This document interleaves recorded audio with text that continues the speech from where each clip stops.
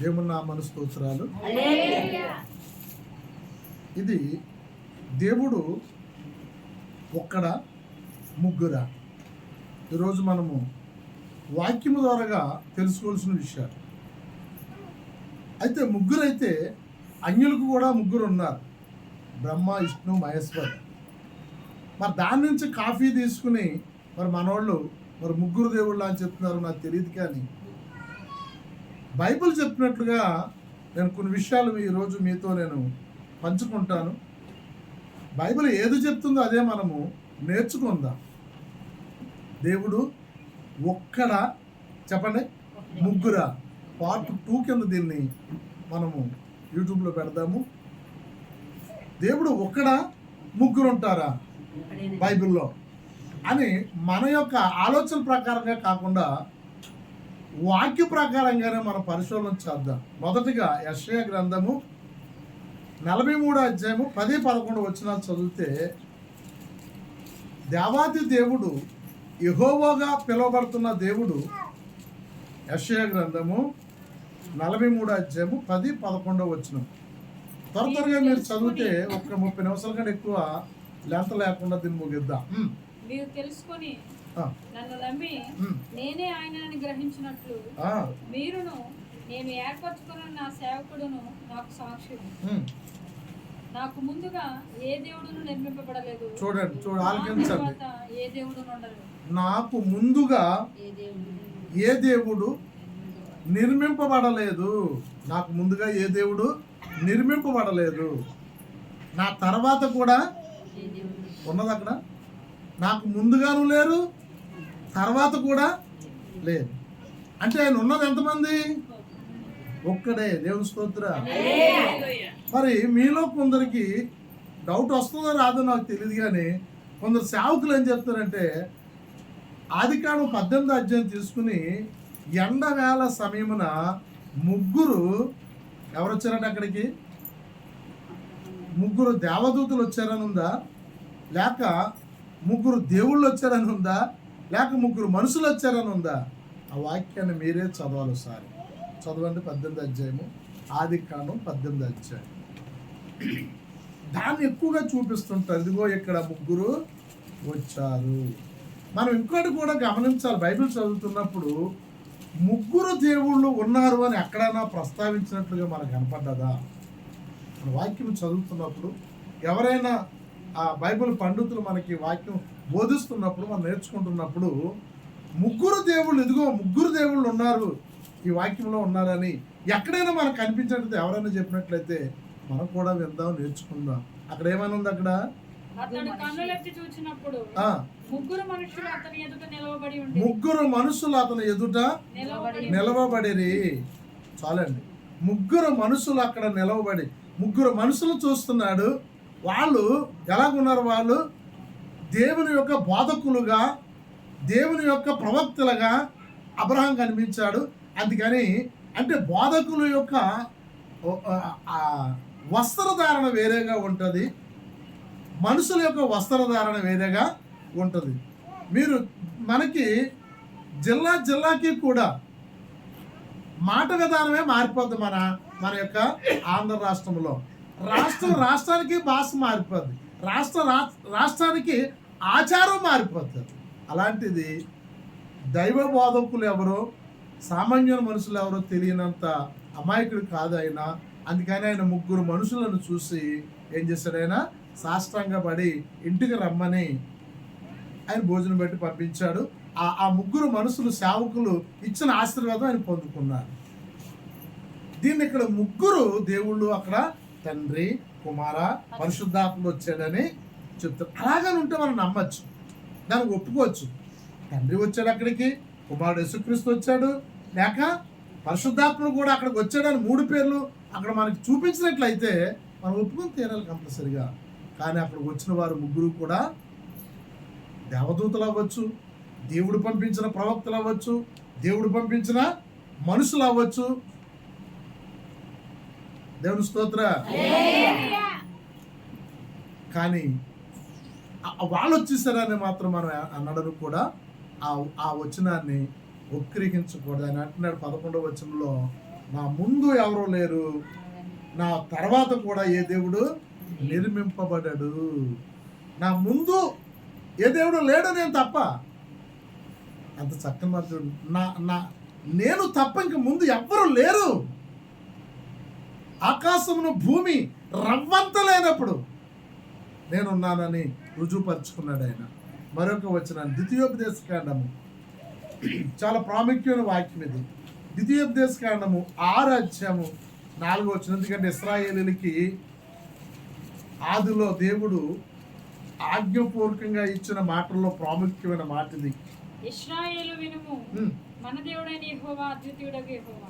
అద్వితీయుడు అంటే దానికి అర్థము ఒక్కడే అయిన దేవుడు, అద్వితీయుడైన దేవుడు. ఇంకా కింద వచ్చిన కూడా చదువుదా. నీ పూర్ణ హృదయముతోను, నీ పూర్ణ ఆత్మతోను, నీ పూర్ణ శక్తితోను నీ దేవుడైన యెహోవాను ప్రేమింపవలెను. ఎలా ప్రేమించాలి? పూర్ణ హృదయముతో. అద్వితీయ అంటే ఒక్కడైన దేవుణ్ణి పూర్ణ హృదయముతో.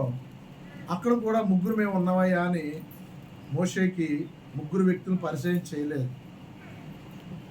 ఏమండి? దేవుడి యొక్క చేతితో రాసిన మాటలు వెయ్యి, దేవుని యొక్క పలకల మీద మొదటిసారిగా అందించిన ఆజ్ఞలు ఇవి, దేవుడు స్వయంగా మోసేతో మాట్లాడుతున్న మాటలు ఇది. నేను అద్వితీయ దేవుడను, అద్వితీయ యెహోవాను. అంత అద్భుతంగా చెప్తున్నాడు చూడండి. తిర్తు అనే పదం అసలు బైబిల్లో మరి ఎన్నిసార్లు చదువు సరే నా మాటే కనపడదు మనకు. తిర్తు అన్నది ఒకవేళ గ్రీక్ బైబిల్లో ఉందో లేకంటే హెబ్రీ బైబిల్లో ఉందో నాకు తెలియదు. అంతవరకు చదవడం నాకు రాదు, నాకు తెలియదు. తెలుగు బైబిల్లో మాత్రం ఆ పదము తిర్తు అనే పదము లేదు. దాన్ని మనము దీనికి వర్తించడానికి వీలు లేదు. బైబిల్ ఏది చెప్పింది అదే నేర్చుకోవాలి. బైబిల్ ఎక్కడ ఆగమంటే అక్కడ ఆగాలి. బైబిల్ ఎంత ముందుకు వెళ్ళమంటే అంత ముందుకు మనము వెళ్ళాలి తప్ప దేనిని కూడా ఇందులో చేర్చడానికి వీలు లేదు. మరోసారి యెషయా గ్రంథము 44:6 ఆయన చెప్తున్న మాటలు మరోసారి చూద్దాం. ఇశ్రాయేలు రాజు అయిన యెహోవా. ఎవరికి రాజు అంటే ఆయన? ఇశ్రాయేలులకు రాజు అయిన యెహోవా, వారి విమోచకుడైన సైన్యములకు అధిపతియగు యెహోవా ఈలాగు సెలవిచ్చుచున్నాడు, నేను మొదటి వాడను కడపటి వాడను. ఈ మాట ఎక్కడ కనపడుతుంది తెలుసా మనకి? ప్రకటన గ్రంథంలో కనపడుతుంది. మరలా ఈ మాట మరలా మనకి ప్రకటన గ్రంథంలో కనపడుతుంది. మొదటి వాడును కడపటి వాడను. కడపటి వాడును అని చెప్తున్నాడు ఏంటైనా? మొదటలో ప్రారంభంలో ఉన్నవాడు నేనే, లాస్ట్లో ముగించే సమయంలో ఉండేవాడు కూడా నేనే. మనం చదువుతూ వెళ్తే కింద వచ్చినాల్లో సృష్టిని సృష్టింపలేని దేవతలు ఏవి కూడా చివరి వరకు ఉండజాలవు అంటాడు ఆయన. సృష్టిని సృష్టింపలేదట. ఈ లోక సంబంధమైన పూజింపబడుతున్న దేవతలు ఏవి కూడా సృష్టిని సృష్టించలేదట. కాబట్టి నేను మొదటి వాడును కడపటి వాడును. కడపటి అనగా లాస్ట్ వాడును. ఇంకా అయితే మధ్యలో ఎన్నో కోట్ల మంది దేవుళ్ళు, దేవతలు, బాబాలు, పూజనీయులు, రెవరెండ్లు, బిషప్లు ఎన్నో ఉండొచ్చు. కానీ ఆయన ఒక్కడే దేవుడు. దేవుడు లెక్క వస్తే ఆయన ఒక్కడే పూజింపబడవలసిన వ్యక్తి ఆయన ఒక్కడే అని వారికి ఖండితముగా చెప్తున్నట్లుగా చూద్దాం. మరో వచనం కూడా చదువమ్మా. యెషయా గ్రంథం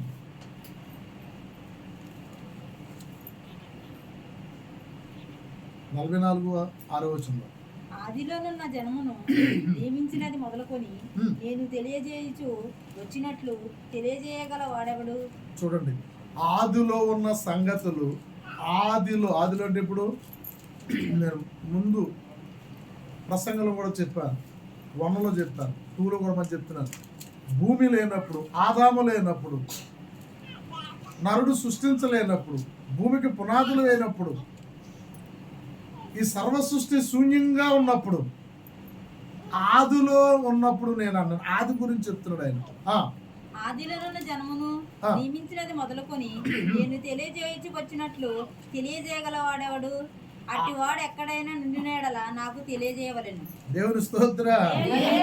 ఏమంటున్నాడు దేవుడు?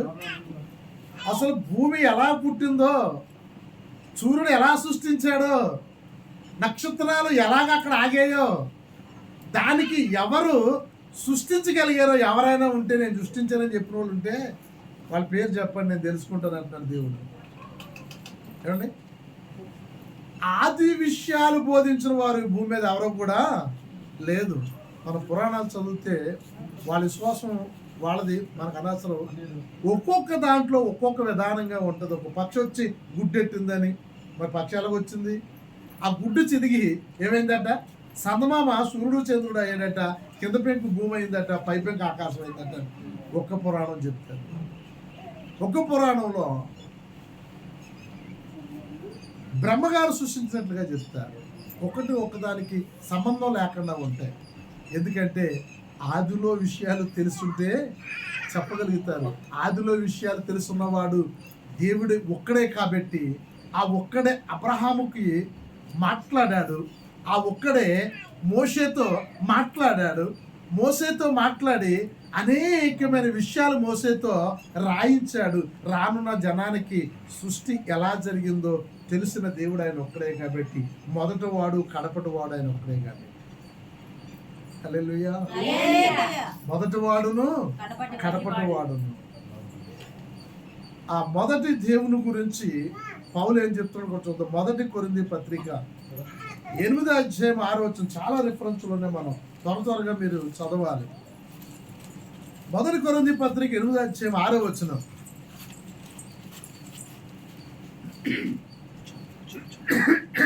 త్వరగా అమ్మా.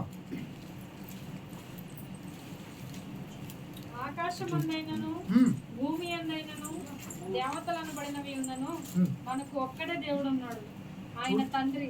ఈ లోకంలో ఆకాశం మీద కనపడుతున్న అన్ని కూడా దేవుళ్ళే, భూమి మీద కనిపిస్తున్న అన్ని కూడా దేవుళ్ళే. పౌలు అంటున్నాడు 33 కోట్లు దేవుళ్ళుగా పిలువబడుతున్నారు. అవుతావచ్చు, వాళ్ళ ఇష్టం అది. మనకు మాత్రము చెప్పండి, మనకు మాత్రము ఒక్కడే దేవుడు. మరి ఎక్కడన్నా చెప్పాలి కదా పౌలు గారు, లేదంటే మోషే అయినా చెప్పాలి, యెషయా అయినా చెప్పాలి, ఇంకా ముందున్న ప్రవక్తలైనా మనం లేదు లేదు మనకి ముగ్గురు దేవుళ్ళు ఉన్నారు. మన దేవుళ్ళు చిత్తములో ఉన్న యాకర్తమా చిత్తమా, అసలు మనకు ముగ్గురు ఉన్నారు దేవుళ్ళు అని బోధించే వారికి నేను సూటిగా చెప్తున్నాను. ఏమైనా అలాంటి రిఫరెన్స్లు మీ బైబిల్లో ఉంటే చూపించండి, మనం కూడా నేర్చుకుంటాం. అవునా, ముగ్గురు దేవుళ్ళు ఉన్నారా బైబిల్లోని? ఆయనమో లేడని చెప్తున్నాడే, ఆదిలోను అంతములోను నేనే ఉన్నాను, ప్రారంభము ముగింపు నా ద్వారాగానే. ఈయనేమంటారు తెలుసా, ఈ లోకంలో కోట్ల కొలది దేవుళ్ళు అన్నవారు పిలువబడుతున్నవారు ఎంతోమంది ఉండొచ్చు, బాయ్ మనకు మాత్రము దేవుడు ఒక్కడే. మనకి దేవుడు, చక్కని పదం చూడండి, దేవుడు ఒక్కడే. మనిషికి ఒక దేవుడు, దేశానికి ఒక దేవుడు, కులానికి ఒక దేవుడు, ఈదుకు ఒక దేవుడు ఉంటాడు. ఎక్కడన్నా మా ఈదులో దేవుడిని పెట్టుకున్నాం, మీ ఈదులో ఏ దేవుడు పెట్టుకున్నారు? ఇలా ఇంతమంది దేవుళ్ళు, మనుషులు భూమి మీద ఎంతమంది ఉన్నారో అంతమంది దేవుళ్ళు అయిపోయారు మొత్తం మీద. ఆయన అదే చెప్తున్నాడు, లోకంలో దేవుళ్ళని పిలువబడుతున్నారు ఎంతో మంది ఉండొచ్చు, కానీ మనకు మాత్రము ఒక్కడే దేవుడు, ప్రభువైన యేసుక్రీస్తు ఒక్కడే. చూద్దాం గట్టిగానే, గట్టిగా చెప్దామా? పౌలు గారు చెప్తున్నారు, ఈ లోకంలో ఎంతో మంది దేవుళ్ళు ఉన్నారయ్యా, వాళ్ళ విశ్వాసం వేరు, వాళ్ళ నమ్మకం వేరు, కానీ మనకు మాత్రము ఒక్కడే దేవుడు, ఒక్కడే దేవుడు. మరియు ఆ ఒక్కడే ఉన్న దేవుడు నుండి సమస్తమును కలిగెను. ఆ ఒక్కడైన దేవునిలో నుంచి సమస్తమును వచ్చాయి. ఆయన కలగగాని పలకగా అన్నీ కూడా కలిగినాయి. ఆయన ఏ విషయము గురించి మాట్లాడితే ఆ వస్తువు అక్కడ వచ్చిందంతే. ఎందుకంటే ఆయన ఆది సంభూతుడు. ఎఫెసీ పత్రిక 4వ అధ్యాయము 6వ వచనం. మరొకరు తీసుకోండి, నిర్గమాకాండం 3వ అధ్యాయము 6వ వచనం. ప్రభు ఒక్కడే, విశ్వాసం ఒక్కటే, బాప్తిసం ఒక్కటే, అందరికీ తండ్రి అయిన దేవుడు ఒక్కడే. అందరికీ తండ్రి అయిన దేవుడు ఒక్కడే. నిర్గమాకాండం 3:6. మరియు ఆయన నేను నీ తండ్రి దేవుడను, అబ్రహాము దేవుడను, ఇస్సాకు దేవుడను, యాకోబు దేవుడను అని చెప్పగా మోషే తన ముఖమును కప్పుకొని దేవుని వైపు చూడవలచెను. మరియు యెహోవా ఎట్లనెను, నేను ఐగుప్తులోనున్న నా ప్రజల బాధను నిశ్చయముగా చూచితిని. పనులలో తమ్మును కష్టపెట్టు వారిని బట్టి వారు పెట్టిన మొరను వింటిని. వారి దుఃఖములు నాకు తెలిసే ఉన్నవి. కాబట్టి ఐగుప్తీయుల చేతిలో నుండి వారిని విడిపించుటకును ఆ దేశం నుండి విశాలమైన మంచి దేశమునకు, అనగా కనానీయులకు, హిత్తీయులకు, అమోరీయులకు, పెరిజీయులకు, హిబ్బీయులకు, ఇక్కడ చెప్తున్నాడు. ఆయన మోసేతో చెప్తున్నాడు, మోసేతో మాట్లాడుతున్నాడు.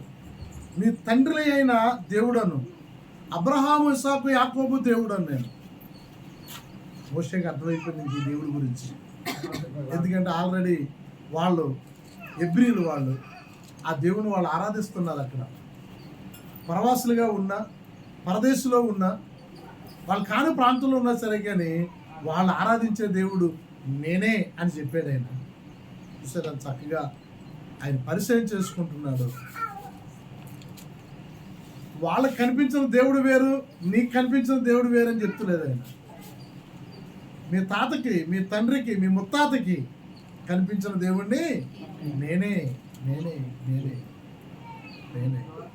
యెషయా గ్రంథము 45:5 ఎందుకంటే నేను రిఫరెన్స్ చూపిస్తున్నాను. ఆయా కాలంలో దేవుడు ఆ భక్తులకు కనిపించి దేవుడు వాళ్ళతో మాట్లాడాడండి. బిడ్డలారా, వాళ్ళతో మాట్లాడిన సంగతులు ఈ రోజున మనం తెలుసుకుంటున్నాం. నేను యెహోవాను, మరి ఏ దేవుడును లేడు. ఇక్కడ అంటున్నాడు నేను యెహోవాను. మళ్ళా కన్ఫ్యూజ్ అవుతారేమో అని ఆయన అంటున్నాడు. ఆయన నేను యెహోవాను, మరి ఏ దేవుడును మరి ఏ దేవుడును లేడు లేడు, నేను తప్ప ఏ దేవుడును లేడు, నేను తప్ప ఏ దేవుడును లేడు. క్రైస్తవులకి ఈ గురి ఉండాలి. అసలు ఏముండాలి? నేను తప్ప ఏ దేవుడును.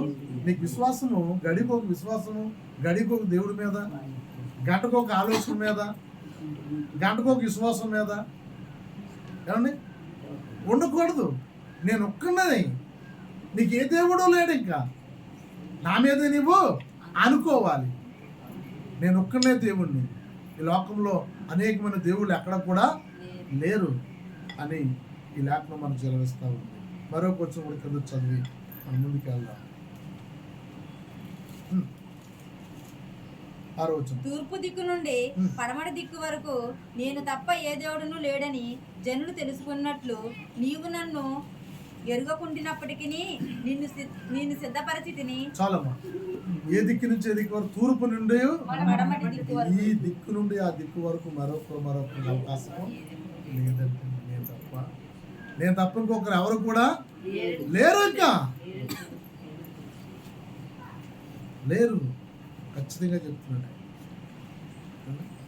మరి ఇలాగ ఆయన చెప్తున్నప్పుడు మరి యేసు ప్రభువు వారు జీవించిన కాలంలో ఆయన గురించి ఆయన ఏమైనా చెప్పుకొచ్చాడా? ఆయన కూడా ముగ్గురమని అయినా చెప్పారా?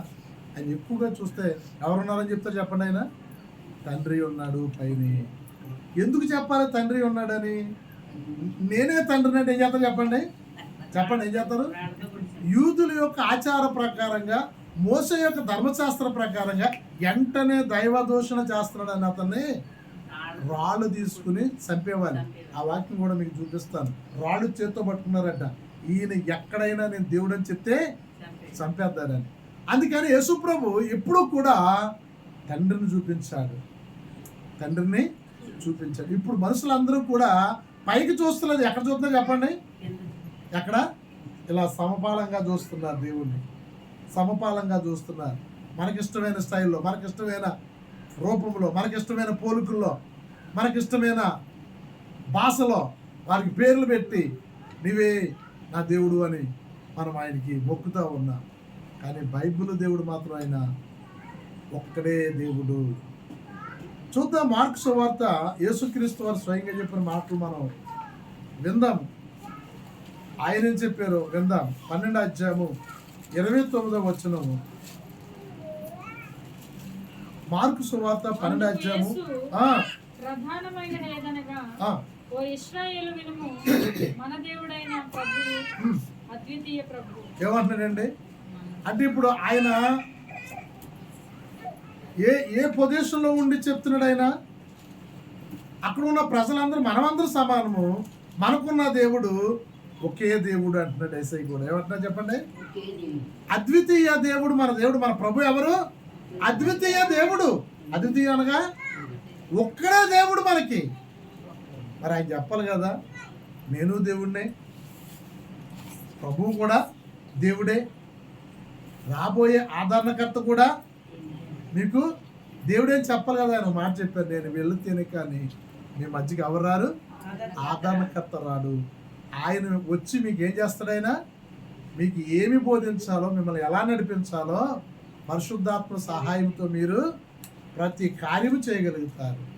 ఆయన్ని మీరు పొందుకోండి, ఆయన్ని మీరు గెలవండి, ఆయన పొందుకునే వరకు ఈ పట్టణాన్ని విడిచి మీరు వెళ్ళకండి అనే మాట కూడా చెప్పారు 6వ వేపు. అప్పుడు ఏం చేస్తారు? వాళ్ళు ఏం చేస్తారంట? దాన్ని గ్రహించిన వాళ్ళు నిలిచి ఉన్నారు, గ్రహింపు లేని వంటి వారు అందరూ వెనక్కి తిరిగి వెళ్ళిపోయారు. ఆ పరిశుద్ధాత్మను పొందుకున్నారు ఖచ్చితంగా వాళ్ళు. ఇక్కడ ఏమన్నారు తెలుసు? యేసు ప్రభువు మన ప్రభు, మన తండ్రి అద్వితీయ దేవుడు. ఇంకా చదువుతా. నీవు నీ పూర్ణ హృదయంతోను, నీ పూర్ణ ఆత్మతోను, నీ పూర్ణ వివేకముతోను, నీ పూర్ణ బలముతోను నీ దేవుడైన ప్రభువును ప్రేమింపవలనన్నది ప్రధానమైన ఆజ్ఞ. రెండవది, నీవు నిన్ను వల్ల నీ పొరుగు వారిని ప్రేమింపవలనన్నది రెండవ ఆజ్ఞ. వీటికంటే ముఖ్యమైన ఆజ్ఞ మరేదీ లేదని అతనితో చెప్పాడు. ఆ శాస్త్రి బాగుగా చెప్తుంది, ఆయన అద్వితీయుడనియు ఆయన తప్ప వేరొకడు లేడనియు నువ్వు చెప్పిన మాట సత్యమే. పూర్ణ హృదయముతోను, పూర్ణ వివేకముతోను, పూర్ణ బలముతోను ఆయనను ప్రేమించుటయు, ఒకడు తన వల్ల తన పొరుగు వారిని ప్రేమించుటయు సర్వాంగ హోమములన్నిటికంటేను బలుల కంటేనూ అధికమని ఆయనతో చెప్పాను. అతడు వివేకముగా ఉత్తరం ఇచ్చినని యేసు గ్రహించి, నీవు దేవుడి రాజ్యమునకు దూరంగా లేవని అతనితో చెప్పాను. ఆ యొక్క బోధకుడు కనులు తెరవబడ్డాయి, ప్రభు చెప్పిన మాటలు గ్రహించాడు. ఆయన నువ్వు సరిగా ఉత్తరం ఇచ్చావు అని ప్రభుని అన్నాడు. ప్రభు ఏం చెప్తున్నాడంటే, యేసుక్రీస్తు ఏమన్నాడంటే అక్కడ, నువ్వు దేవుని రాజ్యానికి దగ్గరగా ఉన్నావు అంటే సంఘానికి, సహవాసానికి నువ్వు దగ్గరగా ఉన్నావు. ఇక్కడ ఈ వచనాల్లో మనం చూస్తే యేసుక్రీస్తుని ఆయన బతికున్నంతగా కూడా ఎక్కడ కూడా ప్రజలతో మరొక దేవుడు నేను అని ఎక్కడ కూడా ఆయన ఉచ్చరించలేదు. మనము 17వ అధ్యాయము యోహాను సువార్త 18వ అధ్యాయము ఇంటికి వెళ్ళాక చదువుకుంటే తండ్రితో ఉంటుండగా ఆ సంభాషణలు తండ్రితో తను తాను కలిసి మాట్లాడుతున్నప్పుడు ఆ విషయాలు అంటాడు.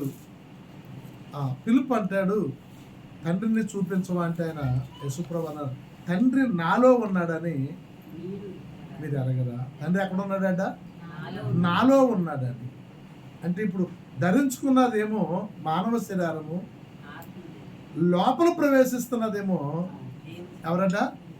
అద్వితీయ దేవుడు యెహోవా, అద్వితీయ దేవుడు యేసుక్రీస్తు, అద్వితీయ దేవుడు ఆయనే. అందుకనే యోహాను 1వ అధ్యాయము 1వ వచనములో అనాది కాలంలో ఆయన చూసిన విషయాలు, ఆయనే కృపా సత్య సంపూర్ణుడుగా మన మధ్యన నివసించడానికి దిగి వచ్చిన ఏకైక దేవుడు యేసుక్రీస్తు అని సంపూర్ణమైన ట్రీట్మెంట్ ఆయన ఇచ్చాడు మనకి. ఇంక అందులో తిరిగిలేదు. ఇంక ఆయన అద్వితీయ దేవుడు, అద్వితీయ దేవుడు. కాబట్టి యేసుక్రీస్తు వారు కూడా చెప్తున్నారు, మన ప్రభు, మన తండ్రి ఒక్కడే ఉన్న దేవుడు. చివరిగా యెషయా గ్రంథం 10వ అధ్యాయము 30వ వచనం 31వ వచనం. ఈ లేఖనాన్ని మనం చదువుచుండగా, వినుచుండగా దేవుళ్ళు ఉన్నారా? బైబిల్లో దేవుడు ఉన్నాడా? దేవుడు ఒక్కడా, ముగ్గురా? ఈ విషయం తెలుసుకోవాల్సిన మీరే. ఎవరేది చెప్తే వినడం కాదు. నేను ఒక్కడని బోధించుకుంటూ వెళ్ళిపోయాను కాబట్టి మీరు దాన్ని కూడా వినడానికి వీల్లేదు. బైబిల్ చదవాలి మీరు కూడా. ముగ్గురు ఉన్నారేమో అని పరిశోధించాలి. పాస్టర్ గారు ఒక్కడు ఉన్నారని బోధించారు కానీ ముగ్గురు ఉన్నారేమో కాల తేలాలంటే ఏం చేయాలి? బరియా సంఘం ఏం చేసిందట? బెరియా సంఘం ఏం చేసేది? అలా ఉన్నాయో లేదో దేవుని వాక్యము పౌలు అలా బోధించడం లేదో చదువుతూ ఉండేవారు ఇంటికి లేక. చదువుతాం ఒకసారి యెషయా గ్రంథం 10వ అధ్యాయము 30-31 రెండు వచనాలు చదువుదాం. గల్లీములారా బిగ్గరగా కేకలు వేయడి. సారీ యోహాను సువార్త 30-31 యోహాను సువార్త 10వ అధ్యాయంలో 30-31 నేను గ్రంథం రాంగ్గా చెప్పాను, నేను సారీ. తండ్రి ఏకమై ఉన్నామని వారితో చెప్పాను. ఏమంటున్నాడండి యేసుప్రభు వారు? నేనును తండ్రి నేను తండ్రి. యేసుప్రభు వారు చెప్పిన స్వయంగా మాట్లాడలేదు. ఇప్పటి వరకు పాత నిబంధనలో దేవుడు ఆత్మయున్న దేవుడు భక్తులతో మాట్లాడాడు. ఆత్మయున్న దేవుడు శరీరధారి అయి యేసుక్రీస్తు నామముగా భూలోకంలోకి వచ్చినప్పుడు యేసుప్రభు వారు స్వయంగా స్పష్టంగా చెప్తున్న మాటలు తెలుసా? నేనుయు తండ్రియు ఏకమై ఉన్నాం తప్ప మేము విడిగా లేము. ఎవరు కూడా వాళ్ళు కాదు, మేము ముగ్గురు ఇద్దరం కాదు. మేము తండ్రియు కుమారుడు ఏకమై ఉన్నప్పుడు పరిశుద్ధాత్ముడు ఎక్కడున్నాడు? గమనించండి, పరిశుద్ధాత్ముడు ఎవరు? శరీరం ఎప్పుడైతే లేదో పౌలు అంటాడు, నేను ఆసియాకు వెళ్ళాలనుకున్నప్పుడు యేసు యొక్క ఆత్మ నన్ను ఆటంకపరచెను, వెళ్ళొద్దని చెప్పిందంట. ఏ ఆత్మ? పరిశుద్ధాత్మ అని చెప్పాలి కదా, కానీ పౌలు అక్కడ డిఫరెన్స్గా రాస్తాడు. యేసు యొక్క ఆత్మ నన్ను అంటే పరిశుద్ధాత్ముడు ఎవరు? మరొక ఆత్మ ఎక్కడి నుంచో రాలేదు. నేను వెళ్తేనే కానీ రాదు అన్నాడు. ఏమన్నాడు చెప్పండి? నేను వెళ్తేనే కానీ అంటే ఏంటి దానికి అర్థము? ఈయన వెళ్ళాలి, మళ్ళీ ఆయనే రావాలి. ఈయన వెళ్ళాలంటే ఈ శరీరాన్ని మోసుకుని వెళ్ళిపోవాలి, శరీరాన్ని తీసుకుని వెళ్ళిపోవాలి. ఎందుకు అలా తీసుకెళ్ళాలి శరీరాన్ని? ఇక్కడ విడిచిపెట్టచ్చు కదంటే, ఇక్కడ విడిచిపెడతాను దేవుడు ఎవడు? ఎవరితో చెప్పండి? మనుషుడే అవుతాడు. మనుషుడే ఇక్కడ విడిచిపెట్టేవాడు, మనుషుడే చనిపోయేవాడు. దేవుడు చనిపోడు, సమాధి చేయబడ్డు, ఆయన శరీరం కుళ్ళదు. దావీదుతో చెప్తున్నాడు, నా ప్రభుతో చెప్తున్నాను విషయం అక్కడ చెప్తాడు దావీదుతో.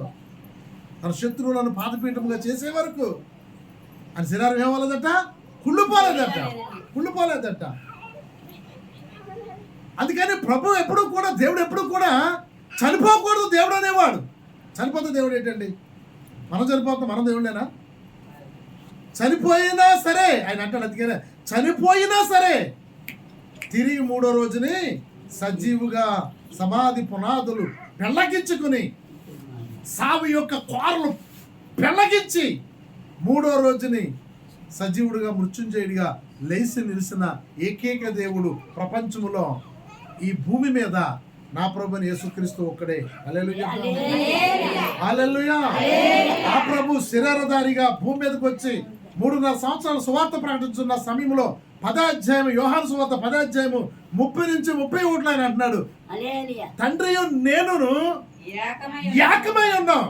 మేము ఇడిపోయలేము, మేము ఏకమై ఉన్నాం, కలిసి ఉన్నాం. మరి పరిశుద్ధాత్ముడు ఎక్కడున్నాడు? ఆయన ఒక ప్రత్యేకంగా కొండ మీద ఉన్నాడా? ఆయన ఒక ప్రత్యేకంగా ఓ లోకంలో ఓ దేశంలో ఉన్నాడు. ఆయన పరిశుద్ధాత్ముడు కూడా అక్కడే ఉన్నాడు, అందులోనే ఉన్నాడు. పరిశుద్ధాత్ముడు ఎవరో కాదు, యేసుక్రీస్తు యొక్క ఆత్మ. ఈ రీతిగా మనం ఆలోచిస్తే దేవుడు ఎంత ప్రేమమయుడో చూడండి.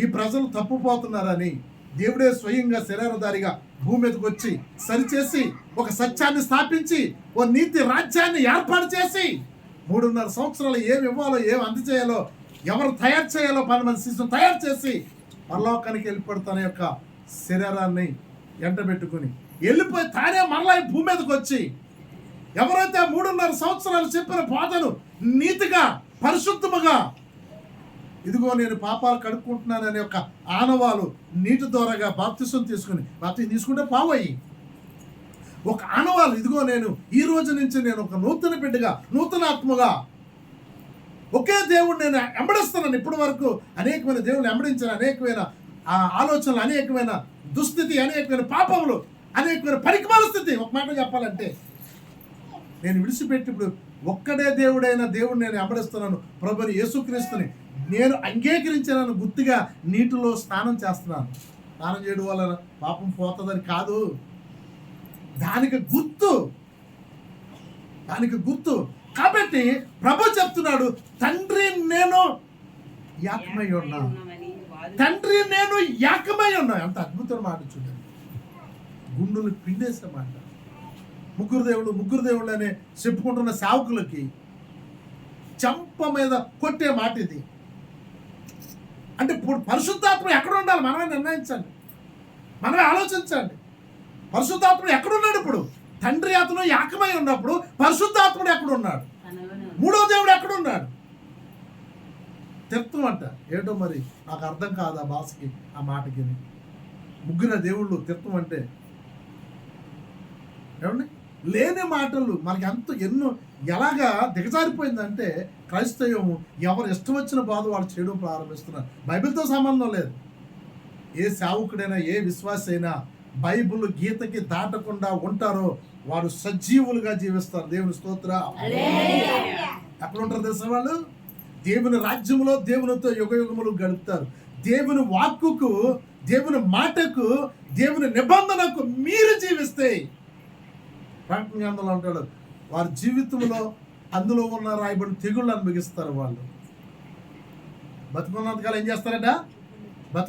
చేస్తారట? రాయబడ్డ తెగుళ్ళు అనుభవించాలి. అంత బాధ మనకి ఎందుకంట? యేసుక్రీస్తు చెప్తున్నాడు. ఆయన యోహాను సువార్త 10వ అధ్యాయంలో మరోసారి చదవండి. నేనును తండ్రియు ఏకమై ఉన్నామని వారితో చెప్పాను. అంటే ఇప్పుడు తండ్రి యేసుక్రీస్తులోనే ఉన్నాడు. పరిశుద్ధాత్మ ఆత్మ అంటే ప్రాణం, శరీరం వదిలేస్తే ఏమవుతుంది? ఆత్మ విడిచిపోయింది అనుకోండి, శరీరాన్ని విడిచిపోయింది అనుకోండి, ఆత్మ అవుతుంది. అందుకని ఆయన అంటున్నాడు, ఈ శరీరాన్ని పరలోకంలో ఉంచి నేను మరలా మీ మధ్యకు వస్తాను. అదే పరిశుద్ధాత్ముడు మీ మీదకి వచ్చినప్పుడు మీరు ఏమవ్వాలి? శక్తి పొందుకోవాలి. మేము ముసలోళ్ళం కాదా అని, ముసలి వయసు మీకు లేదు, కుర్రోళ్ళు కాదా అని, కుర్రచాట్లు మీకు లేవు, జ్ఞానం కలిగిన వాక్యం ఉంది. పరిశుద్ధాత్ముడు ఈ రీతిగా నడిపిస్తాడు అనమాట. పరిశుద్ధాత్ముడు ఈ రీతిగా మనం బలపరుస్తాడు అంతే తప్ప. నేను ఇంకా ఒక మాట చెప్తాను. మొదటి కాలంలో యెహోవాగా, తర్వాత తప్పిపోయిన ఇశ్రాయేలులను, చెదిరిపోయిన అన్యజాతి అయిన మనలను ఒక్క రీతిగా, ఒక్క సంఘముగా తన శరీరంగా తయారు చేయడానికి ఆయన అక్కడే ఉండిపోతే కుదరదు కాబట్టి భూమి మీదకి వచ్చాడు ఆయన యేసుగా. ఇది భూమి ఉన్నంత కాలమును మనం చెదిరిపోకుండా యెరూషలేము నుండి యెహోవా వాక్కు బయలు వెళ్ళినని యెషయా గ్రంథం 2వ అధ్యాయంలో చెప్పినట్లుగా ఆ వాక్కు బయలు వెళ్ళి మనలను చెదిరిపోకుండా మరలా యేసుక్రీస్తే మన మధ్యకి పరిశుద్ధాత్ముడుగా వచ్చి మనతో మాట్లాడుతున్నాడు. ఈ రోజును కూడా నేను మాట్లాడుతున్నది, నేను చెప్తున్నది నా ఎంతలో నేను చెప్పగలిగితే అది వ్యర్థమైన మాటలుగా విని వదిలేస్తాము. పరిశుద్ధాత్మను మాట్లాడుతున్నాడు కాబట్టి మీరు సైలెంట్గా ఉన్నారు. మీ పనులు విడిచిపెట్టి, మీ కుటుంబాన్ని విడిచిపెట్టి, మీ ఉద్యోగాలు విడిచిపెట్టి ఇక్కడ లోబడి కూర్చున్నారంటే, మౌనంగా కూర్చున్నారంటే అది పరిశుద్ధాత్మకి మీరు లోబడి ఉన్నారని అర్థము. దేవునికి స్తోత్రం. పరిశుద్ధాత్ముడికి మీరు లోబడి ఉన్నారని. ఆయా కాలాలను బట్టి దేవుడు మనలను ఆ రీతులుగా నడిపించారు తప్ప ముగ్గురు వ్యక్తులుగాను, చెప్పండి, ముగ్గురు దేవుళ్ళుగాను లేడు. ఆయన ఎప్పుడు ఒకే వ్యక్తి. చెప్పండి, ఆయన ఇప్పుడు కూడా ఒకే దేవుడు. అందుకనే మూడు పాత్రలు ఆయన పోషించారు. ఎలా చెప్పండి? ఆదిలో ఉన్న దేవుడు ఆత్మగాను, ఆ ఆత్మ ఈ యొక్క ఆజ్ఞలు ఇచ్చింది. ఆ ఆత్మ ఏం చేస్తుంది? ఇశ్రాయేలీయులకు ఆజ్ఞలు ఇస్తే వాళ్ళు ఆజ్ఞలు విడిచిపెట్టి అన్య స్త్రీలు వివాహం చేసుకుని అన్యజనుల్లో కలిసిపోయి అన్య ఆచారాలు మునిగిపోయి వారి ఇష్టానుసారంగా తినడం, తాగడము, డాన్స్ కట్టడము వారు చెదిరిపోయారు. కాబట్టి లేదు, వీళ్ళు నేను రక్షించుకోవాలనే ఒక గొప్ప ప్రేమ కలిగి ఆయన భూమి మీదకి వచ్చాడు. ఆయన రెండో పని యేసుక్రీస్తు పడిన శ్రమ, కార్చిన రక్తము వ్యర్థమవ్వకూడదని మరలా ఆయన మన మధ్యకి ఎక్కడ 2-3 కూర్చుంటారో వారి మధ్యన నేను ఉంటాను తప్ప ఆదిలో ఉన్న దేవుడు, తర్వాత ఉన్న కుమారుడు, తర్వాత ఉన్న పరిశుద్ధాత్ముడు ముగ్గురు మీకు సహాయం చేస్తామని ఎక్కడ వాక్యము లేదు. దేవుని స్తోత్రం. 31వ వచనం కూడా చదవండి, మనం ముగించుకుందాం. యూదులు ఆయనను కొట్టవలెనని మరలా రాళ్ళు చేత పట్టుకొనగా ఎందుకు తండ్రి నేను యాకమై ఉన్న మాట కట రాళ్ళు చేత పడుతున్నారు రెడీగా సభ్యత్వం అని. ఈ లోకంలో ఉన్న మనుషులు, ప్రియులారా సంఘాన్ని చెప్తున్న మాట, ఈ లోకంలో ఉన్న మనుషులు సినిమాలకు వెళ్ళినా, భార్య ఉండి వ్యభిచారం చేసినా, ఇంకొక దాన్ని మళ్ళీ తీసుకొచ్చుకున్నా నవ్వుతారు, ఈ చక్కగా ఆనందిస్తారు. వాడిని ఏలెట్టు చూపించరు, ఎలా చేయరు. 100 రూపాయల టికెట్ 1000 రూపాయలు అడుగుకుంటా నా కొడుకు అబ్బాయి 1000 రూపాయలు ఎట్టుకెళ్ళి మొదటి సో చూసి వచ్చాడని ఇంకో 10 మందితో చెప్తాడు. కానీ క్రైస్తురాలు క్రైస్తుడైన బోధకుడైన తప్పు చేస్తే మాత్రము నీ వంక రాళ్ళు ఎట్టుకుని చూస్తారు. ప్రియమైన బిడ్డ, నువ్వు సేవకుడు అవ్వచ్చు, విశ్వాసం అవ్వచ్చు, బోధకుడు అవ్వచ్చు, బిషప్ అవ్వచ్చు, కానీ రాళ్ళు ఇచ్చుకుని చూస్తారు ఈ ప్రజలు. ఎందుకని? నీ ప్రవక్తన ఎలాగుంది, నీ జీవితం ఎలాగుంది, నువ్వు సన్నిధికి వెళ్తున్నావు కదా, నువ్వు చర్చికి వెళ్తున్నావు కదా, బైబిల్ చేతికి వస్తుంది కదా, ఈయన జీవితం ఎలాగుంది. రాళ్ళు ఇచ్చుకుని రెడీగా ఉంటారు నీ మీద విసరడానికి. నువ్వు అవకాశం ఈ ప్రజలకు ఇవ్వడానికి వీల్లేదు. హల్లెలూయా. ఆ అవకాశం ఈ ప్రజలకు ఇవ్వడానికి వీల్లేదు. ఒక్క మాట అన్నాడు అంతే యేసుప్రభు. ఏమనండి? తండ్రి నేను యాకమై ఉన్నాను అనగానే, ఇప్పుడులాగా ఆ సిమెంట్ రోడ్లు కాదు, అప్పుడు ఏ రోడ్లు చెప్పండి, ఎక్కడికి రాళ్ళ రోడ్లే మరచినప్పుడు కూడా. మరి 2000 సంవత్సరాల కింద ఇంకేం రోడ్లు చూడండి భూమి మీద. రెడీగా ఎవరు కాలు కింద రాళ్ళు ఉన్నాయేమో చేతులు తీసుకున్నారట. ఏం చేస్తారు చదవండి ఒకసారి. యేసు తండ్రి యొద్ద నుండి అనేకమైన మంచి క్రియలను మీకు చూపితిని. ఏమన్నారు ఆయన? రాళ్ళు చూసాడు ఆయన చేతిలో. తండ్రి యొద్ద నుండి మంచి క్రియలు మీకు చూపించాను. అవి కనపడదా మీకు? ఎక్కడ తీసుకొచ్చానవి? తండ్రి యొద్ద నుండి. ఇంకా చదవండి. వాటిలో ఏ క్రియ నిమిత్తము నన్ను రాళ్లతో కొట్టుదురని వారిని అడిగాను. ఏ క్రియ వలన రాళ్ళు తీసి చంపుతారు? 6000 మందికి భోజనం పెట్టినందుక, చనిపోయిన లాజరును బతికించినందుక, 10 మంది కుష్ఠరోగులను స్వస్థపరిచినందుక, శ్మశానాల్లో దెయ్యాలు బట్టి తిరుగుతున్న వాడిని బాగు చేసి ఇంటికి పంపించినందుక, ఏ క్రియ వలన రాళ్ళిచ్చి చంపడానికి ఎదురు చూస్తున్నారు? ఇరుగువారు కానీ, పొరుగువారు కానీ, నీతో పనిచేస్తున్న వాళ్ళు కానీ నీ మీద నింద వేయడానికి రెడీగా ఉన్నప్పుడు నువ్వు చెప్పగలగాలి. ఇదిగో నాకున్న సెంటర్ వాటి వదిలేసి నేను ఇప్పుడు ఎలా ఉన్నందుకు నీవు మరలా నా మీద ఏ రకమైన నింద వేయడానికి నా మీద నిలిచి ఉన్నావు, ఎందుకు నా మీద ఎలా వేయగలుగుతున్నావు అని నువ్వు ఎదిరించి చెప్పాలంటే నీ పాత జీవితాన్ని విడిచిపెట్టాలి. అది పౌరుషమైన క్రైస్తవ జీవితం. అందుకని ఈరోజు నేను చెప్పవలసిన సంఘానికి ఏదో తెలుసా? రాళ్ళు చాతో పట్టుకుని ఉంటారు నీ చుట్టూ ఉన్న ప్రజలు. నువ్వేదైనా బైబిల్కి వ్యతిరేకమైన క్రియ చేస్తున్నట్లయితే నువ్వు కాదు అక్కడ అవమానించబడేది, నా ప్రభువు అవమానించబడుతున్నాడు. హల్లెలూయా చెప్పడం సార్. ఎవరు తెలుసా అవమానించబడుతున్నది? నా ప్రభు అవమానించబడుతున్నాడు నువ్వు చేస్తున్న క్రియను బట్టి. అందుకని నేను ముగింపులో ఒక మాట చెప్పి నేను ముగిస్తాను. దేవుడు మనకి బైబిల్ దేవుడు ఒక్కడే. 3 కాలాలలో 3 రీతిలుగా మనలను కరుణించిన దేవుడు ఒక్కడే. యేసు క్రీస్తుగా ఉన్నప్పుడు కూడా ఆయన తండ్రి ఆయనలో విముడు ఉన్నాడు తప్ప తండ్రి పైన ఉన్నాడని చెప్పుకొచ్చారు కొన్ని సందర్భాల్లో. ఎందుకంటే చూసారా, ఆయన నేను కలిసి ఉన్నాను బతికే రాళ్ళు చేతితో పట్టుకున్నారట. అప్పుడు వాళ్ళకి సరైన ప్రశ్న వేస్తున్నారు యేసుప్రభు వారు, ఎందుకు రాళ్ళు చేతితో పట్టుకున్నారు? తండ్రి వలన చేసిన కార్యాలు చెడ్డ చేసినా మంచి చేసినా? అసలు ఈ లోకంలో నేను ఎన్నోసార్లు 100 సార్లు ప్రశ్న వేసి అడుగుతున్నాను ప్రజల్ని.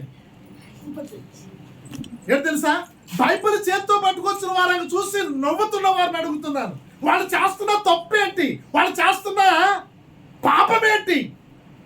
ఈ లోకంలో సినిమా పోతున్న వారిని నువ్వు అడగవు, ఈ లోకంలో వ్యభిచారం చేస్తున్న వారిని నువ్వు అడగవు, ఈ లోకంలో తాగడానికి సాయంత్రము 1000 రూపాయలు ఖర్చు పెట్టి తాగినేస్తారని వాళ్ళని నువ్వు అడగవు.